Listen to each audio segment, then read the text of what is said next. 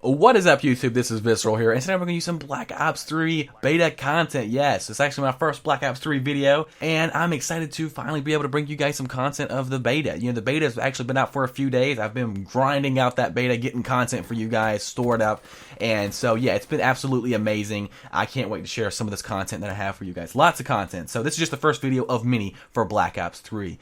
So one of the big things I want to talk about this video is the movement system. I'm going to break it down into parts because I was going to create one big giant video covering all, like, kind of just giving my review and opinions of the Black Ops 3 beta as a whole, but you know, it was just going too long into minutes, so I'm just going to, like I said, break it down into digestible parts. So the first topic is going to be the movement system. So approaching Black Ops 3, and upon the announcement of Black Ops 3 in the reveal trailer, we saw some new movement systems, or a new movement system in Black Ops 3, and it got us all worried, and reasonably so, after the way Advanced Warfare left a bad taste in our mouth, you know, as far as implementing new movement systems into Call of Duty. So I'm here to say that thankfully the movement systems are nowhere near like what they are in Advanced Warfare. You're not going to have the same outcome if you try to replicate what you see in Advanced Warfare in Black Ops 3. Black Ops 3 movement systems was designed really for one purpose and one purpose only, is to getting you across the map fluidly and fast. Cut down all of that, you know,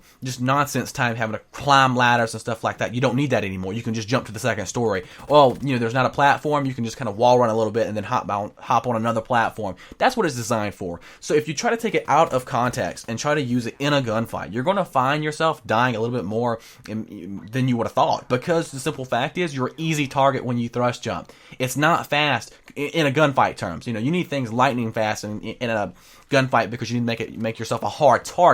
Well, it doesn't do that. The thrust jumps don't allow you to be a hard target. They actually just allow your whole body to be out in the open, and you get shot and die because the enemy most likely has some part of their body covered rather than you. Your whole body is just out in the open. So if you can see what I'm talking about there, it's definitely not the best option to thrust jump vertically and thrust jump period in gunfights for the most part. Now, if you kind of have some cover or something like that, maybe like cover to the left or cover to the right, you can thrust jump to either side, but that's really the only benefit I can see for really thrust jumping mid gunfight. So if you're looking for some sort of advantage with a new movement system in Black Ops 3 in a gunfight and trying to have something under your belt or something up your sleeve when you're in a gunfight, I would highly recommend obviously not using the thrust jumps vertically to the left to the right, but actually using the dart feature or the sliding dodge feature. It actually replaced the dolphin dive from the first two Black Ops.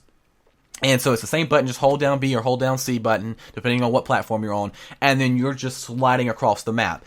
And the advantage is you do make yourself a hard target. You know, the enemy has to kind of rearrange their red dot or their sight on you. So, I mean, while they're adjusting their sight and adjusting, you know, their aim, you're already shooting them most likely, because you can go into it. It's really effective if you go into a room guns a-blazing.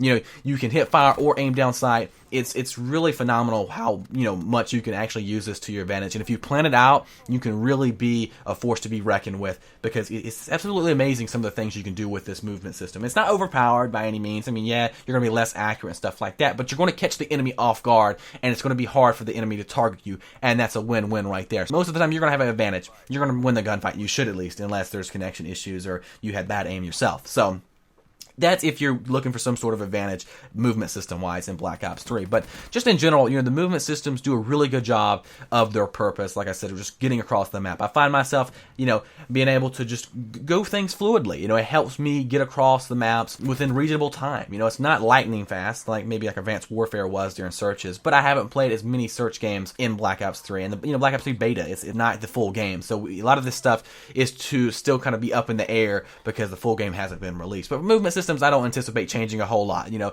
their purpose is their purpose, and it's not changing, you know. So I'm here to say that to calm your nerves if you were wondering, you know, and you probably were, what the movement systems were going to be like, and it's nowhere near Advanced Warfare. So yeah, guys, this is pretty much wraps up the video talking about the movement system within Black Ops 3. It's a really good thing to use, you know, if you use it for the right purpose. And yeah, so I have lots of videos coming for Black Ops 3 beta.